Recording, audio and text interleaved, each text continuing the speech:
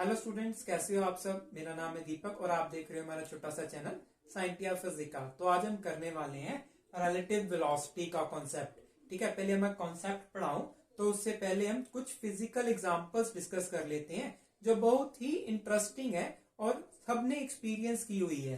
तो ये first example है जहां पे आप दो ट्रेन होती हैं। ठीक है, दोनों ट्रेन जो है एक ही डायरेक्शन में मूव कर रही हैं। तो आप एक ट्रेन में बैठे होते हो तो आपको सामने वाली ट्रेन को देख के लगता है कि जो दोनों ट्रेन हैं वो स्टिल हो गई हैं, स्टेशनरी हो गई हैं। कभी आपको सामने वाली ट्रेन को देख के लगता है कि ये जो ट्रेन है वो बैकवर्ड मूव करने लगी है, कभी आपको लगता है ये फॉरवर्ड मूव करने लगी है। ठीक है, तो आपको डिफरेंट डिफरेंट एक्सपीरियंसेस होते हैं। ये क्यों होते हैं? ये रिलेटिव वेलोसिटी के कारण ही है, क्योंकि दोनों ट्रेन मूव कर रही हैं। जब ये दोनों ट्रेन सेम वेलोसिटी से मूव करने लगती हैं तब आपको लगता है ये स्टेशनरी है। तो ये रिलेटिव वेलोसिटी का कॉन्सेप्ट जो है वो पढ़ाते हैं हमें। ठीक है, तो इससे एक और रिलेटेड एग्जांपल है मेरे पास जो और भी इंटरेस्टिंग है। जब आप बारिश में जाते हो छाता लेके तो बारिश की जो डायरेक्शन है वो अपवर्ड्स डाउन होती है, ऊपर से नीचे की ओर आ रही होती है बारिश। बट जब आप चलने लगते हो, ठीक है, एक स्ट्रेट लाइन में आप चलने लगते हो तो आपको अचानक लगने लगता है कि जो बारिश की डायरेक्शन है वो सडनली मेरी ओर हो गई है, कुछ इस तरह से। ठीक है, ये आपने एक्सपीरियंस किया होगा और आप पूछते भी हो अपने आप से ये क्यों हो रहा है। जब आप स्टिल हो जाते हो फिर से बारिश की जो डायरेक्शन है वो ऊपर से नीचे की ओर हो जाती है, तो आप कंफ्यूज हो जाते हो। तो ये भी रिलेटिव वेलोसिटी से ही समझाया जाता है। ठीक है, तो चलिए, आपको क्यूरियोसिटी आ गई होगी, टॉपिक के बारे में पता चल गया होगा सरफेस लेवल पे कि हम क्या पढ़ने वाले हैं। ठीक है, तो चलिए रिलेटिव वेलोसिटी को पढ़ते हैं हम। तो रिलेटिव वेलोसिटी में जो टर्म है रिलेटिव, ठीक है, उसको समझना जरूरी है। रिलेटिव का मतलब है किसी के रेफरेंस में। जैसे आपको बोला जाता है ना, जब आप मोटिवेशनल स्पीकर्स को सुनते हो कई बार, तो वो बोलते हैं कि आप मेरी बात से रिलेट कर पा रहे हो। रिलेट करने का मतलब है कि आपके पास मेरी बात का कोई एक्सपीरियंस है जिससे आप कनेक्ट कर पाओ। ठीक है, तो वहां से ही रिलेटिव आया है, मतलब किसी चीज से आप रेफर करो। ठीक है, जैसे एक ऑब्जेक्ट मूव कर रहा है, ठीक है, तो इसकी मैंने वेलोसिटी जो है वो कैलकुलेट करनी है। मुझे इसकी वेलोसिटी नहीं पता, ठीक है, तो मैं कैसे कैलकुलेट करता हूं? तो मैं क्या करता हूं, यहां पे रेस्ट पे आ जाता हूं। ठीक है, अगर मैं यहाँ पे रेस्ट पे हूं तो मैं इसकी वेलोसिटी मान लीजिए कुछ x कैलकुलेट करता हूं। ठीक है, बट अगर मैं किसी कार में खुद भी मूव कर रहा हूं u वेलोसिटी के साथ, तो मैं इसकी वेलोसिटी जो है वो y कैलकुलेट करूंगा। मतलब हम रेफरेंस जब चेंज हो जाता है, ठीक है, जब मैं रेस्ट के रेफरेंस से इसकी वेलोसिटी कैलकुलेट करता हूं तो डिफरेंट वैल्यू आती है। जब मैं मोशन की रेफरेंस से इसकी वेलोसिटी कैलकुलेट करता हूं तो वैल्यू जो है वो चेंज हो जाती है।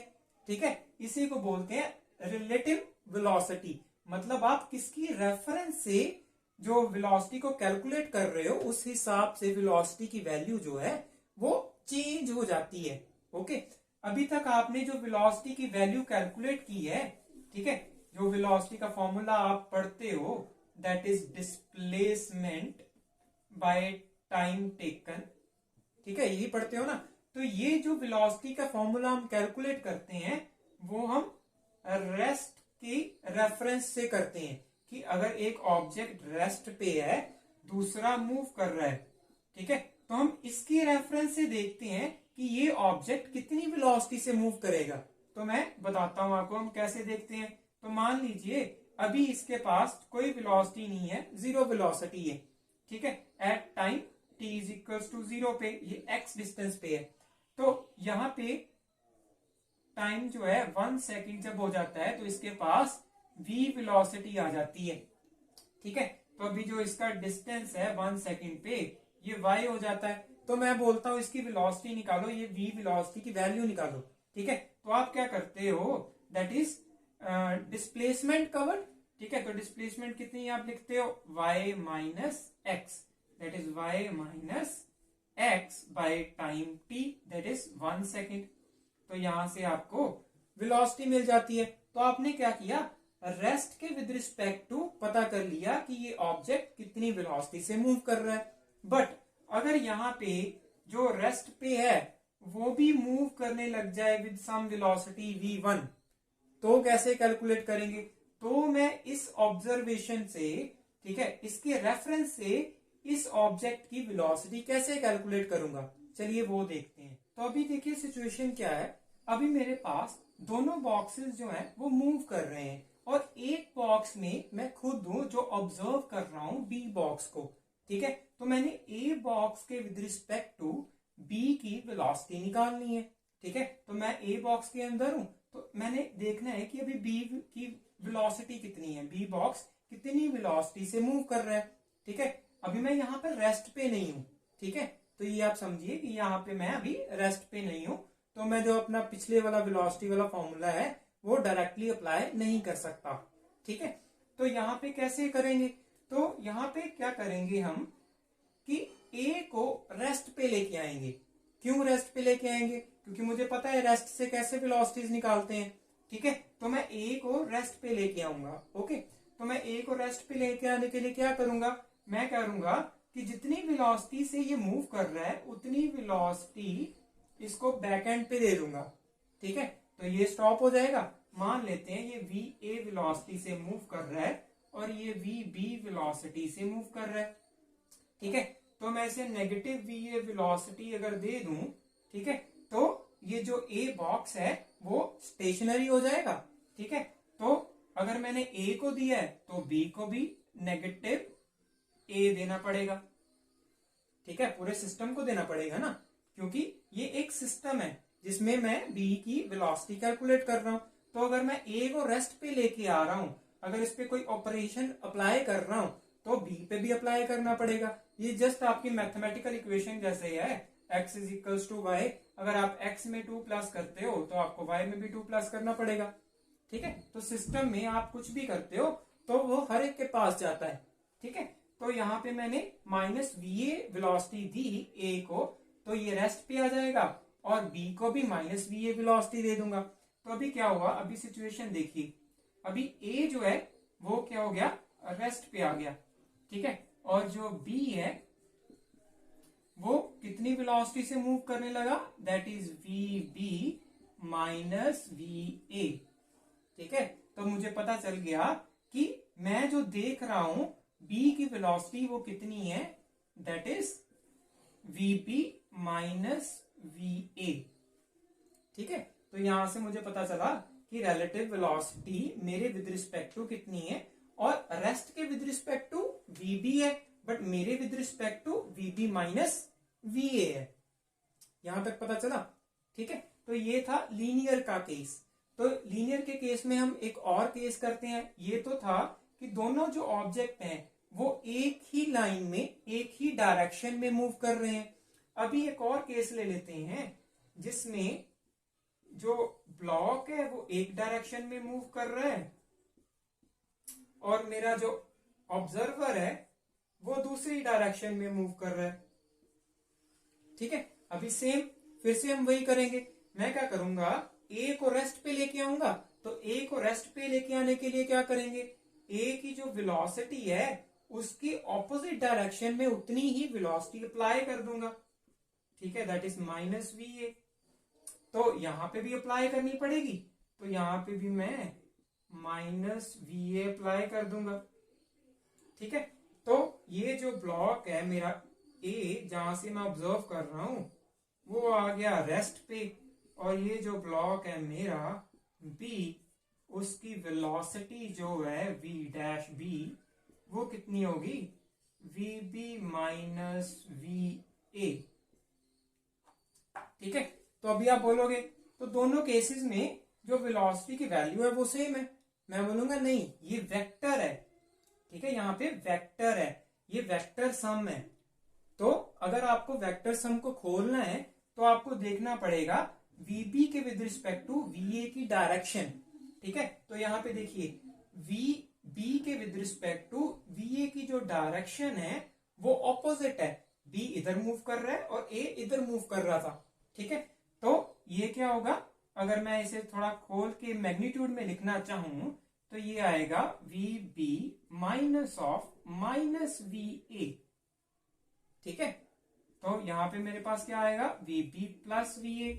यहाँ पे माइनस क्यों आया, क्योंकि जो A है वो ऑपोजिट डायरेक्शन में मूव कर रहा है। ठीक है, जब भी आपको दो वेक्टर्स को ऐड करना है तो उनकी डायरेक्शन सेम होनी चाहिए। जैसे हमने पढ़ा था कि अगर एक वेक्टर इधर है तो दूसरा वेक्टर भी उसी डायरेक्शन में हो, ठीक है, तो ही हम दो वेक्टर्स को ऐड कर सकते हैं, उसके मैग्नीट्यूड्स को ऐड कर सकते हैं। अगर ये 2 है ये 3 है तो ये बन जाएगा 6। ठीक है, बट अगर ये ऑपोजिट डायरेक्शंस में है, ठीक है, तो क्या करना पड़ेगा, हमें इसकी डायरेक्शन सेम करनी पड़ेगी। जब डायरेक्शन सेम करते हैं तो ये क्या हो जाता है, नेगेटिव हो जाता है। तो क्या होगा, 2 माइनस 3 हो जाएगा। तो यहाँ पे क्या आ जाएगा, दैट इज -1। ठीक है, तो ये हमने पढ़ा हुआ है ना, तो वही मैंने अप्लाई किया वेक्टर का, जो वेक्टर अलजेब्रा अप्लाई किया। ठीक है, यहाँ पे भी जब हम वेक्टर अलजेब्रा अप्लाई करेंगे तो क्या आएगा, VB जो है और VA जो है वो सेम डायरेक्शन में मूव कर रहे हैं। ठीक है, तो यहाँ पे मैं सीधा लिख दूंगा that is VB minus VA, क्योंकि दोनों जो है वो सेम डायरेक्शन में मूव कर रहे हैं, इसीलिए VB माइनस VA आ जाएगा। यहाँ पे ऑपोजिट डायरेक्शन में मूव कर रहे थे, इसलिए ये नेगेटिव साइन आया। देखिए हमारे पास दो ऑब्जेक्ट्स हैं A और B। मैं B के विद रिस्पेक्ट टू A की वेलोसिटी निकालना चाहता हूँ। तो लीनियर में तो सिर्फ हमारे पास वैल्यू का फर्क पड़ता था, वेलोसिटी की वैल्यू का फर्क पड़ता था, डायरेक्शन सेम रहती थी। ठीक है, यहाँ तो राइट में हो जाती थी, यहाँ लेफ्ट पे। बट यहाँ पे 2D है। ठीक है, 2D में डायरेक्शन कोई भी हो सकती है। ठीक है, कैसे हो सकती है वो हम देखते हैं। तो मैंने B के रेफरेंस में निकालना है तो B को रेस्ट में लेके आना पड़ेगा। रेस्ट में लाने के लिए मैं क्या करूंगा, यहाँ पे माइनस VB अप्लाई किया है तो मुझे A पे भी उसी डायरेक्शन में -VB अप्लाई करना पड़ेगा। ठीक है, तो अभी मैं क्या करूंगा, मेरे पास A पे दो वेक्टर्स हैं। ठीक है, तो जब मैं वेक्टर्स को सॉल्व करूंगा बाय पैरेललोग्राम लॉ तो मेरे पास क्या आ जाएगा, रिजल्टेंट आ जाएगा। ठीक है, जो रिजल्टेंट है वो मुझे क्या बताएगा, that is VA plus -VB। ठीक है, इन दी वेक्टर फॉर्म। और अगर मुझे इसका मैग्नीट्यूड निकालना है R का, तो वो आपको पता है कैसे निकालते हैं, that is VA square VB square 2VA VB cos of theta. ठीक है, थीटा क्या था, angle between the two vectors VA और -VB के बीच में जो एंगल बन रहा है, ना कि VA और VB के बीच में जो एंगल बन रहा है। ठीक है, तो यहाँ पर हम मान लेते हैं कि VB और VA के बीच में जो एंगल है वो थीटा है। ठीक है, तो रिप्रेजेंट कैसे करेंगे, मैंने आपको बोला है जब एंगल देखना हो तो हम टेल से टेल ज्वाइन करते हैं। तो मैं इस वेक्टर को डिस्प्लेस करके यहाँ ले आता हूँ। ठीक है, तो मैं जब यहाँ ले आता हूँ तो ये VB वेक्टर है। ठीक है, और ये थीटा एंगल है। ठीक है, तो ये VB माइनस जो है वो बिल्कुल ऑपोजिट है VB के। ठीक है, तो ये क्या होगा, ये 180 डिग्री का एंगल होगा। अगर ये 180 का एंगल है तो ये क्या बन जाएगा, 180 डिग्री माइनस थीटा बन जाएगा। ठीक है, तो यहाँ पे जो एंगल आएगा वो कितना आएगा, 180 माइनस थीटा। ठीक है, जब आप पाई से थीटा माइनस करते हो कॉस में, ठीक है, तो सेकंड क्वाड्रेंट आता है। सेकंड क्वाड्रेंट में कॉस जो है वो नेगेटिव होता है, तो यहाँ पे नेगेटिव आ जाएगा और यहाँ पे थीटा आ जाएगा, क्योंकि ट्रिग्नोमेट्री चेंज नहीं ना होती जब आप पाई से माइनस करो। जब आप पाई बाय 2 से माइनस करो तब ट्रिग्नोमेट्रिक रेशियो चेंज होती है। ठीक है, तो आपको पता चला कि जो रिजल्टेंट की वैल्यू है वो ये है। ठीक है, और वेक्टर फॉर्म में से ऐसे लिखते हैं। तो यहाँ से मुझे पता चल रहा है कि प्लेन में हम ऐसे करते हैं। तो मैं आपको रेन वाली जो एग्जांपल है, ठीक है, वो बता देता हूं। तो मान लीजिए रेन जो है अपसाइड डाउन जा रही थी, दैट इज उसकी वेलोसिटी मैं मान लेता हूं VR। ठीक है, यहाँ पे आप खड़े हो, ओके, आप किधर जा रहे हो, इधर जा रहे हो VM वेलोसिटी से। ठीक है, तो मुझे रिलेटिव वेलोसिटी निकालनी है, मेरे विद रिस्पेक्ट टू रेन की रिलेटिव वेलोसिटी कितनी है और किस डायरेक्शन में है। ठीक है, तो मैं कैसे निकालूंगा, मैं क्या करूंगा, खुद को रेस्ट पे लेके आऊंगा। तो रेस्ट पे लेके आने के लिए मैं वेलोसिटी अप्लाई कर दूंगा -VM। ठीक है, जब मैंने यहाँ पे वेलोसिटी -VM अप्लाई की तो वही वेलोसिटी जो है वो रेन के ड्रॉप पे अप्लाई होगी। ठीक है, तो यहाँ पे एक पैरेललोग्राम लॉ बनेगा, तो ये डायरेक्शन है रिजल्टेंट की, ठीक है, ये रिजल्टेंट वेलोसिटी है। तो आपको ऑब्जर्व होती है रे कुछ इस तरह से, ठीक है, डायरेक्टली अपसाइड डाउन नहीं, आपको लगता है कि आपकी तरफ आ रही है क्योंकि ये रिलेटिव वेलोसिटी से है, ठीक है, ये आपको लगता है बट ऐसा होता नहीं है। ओके, रिलेटिव वेलोसिटी हमें यही बताती है कि आपके फ्रेम से चीजें जो है आपको डिफरेंट लग सकती हैं बट ऐसे होता नहीं है। ओके, तो अगर आपको कोई क्वेरी है तो आप मुझे कमेंट सेक्शन में पूछ सकते हैं और कोई सजेशन है वो भी आप मुझे कमेंट सेक्शन में दे सकते हैं। Thank you.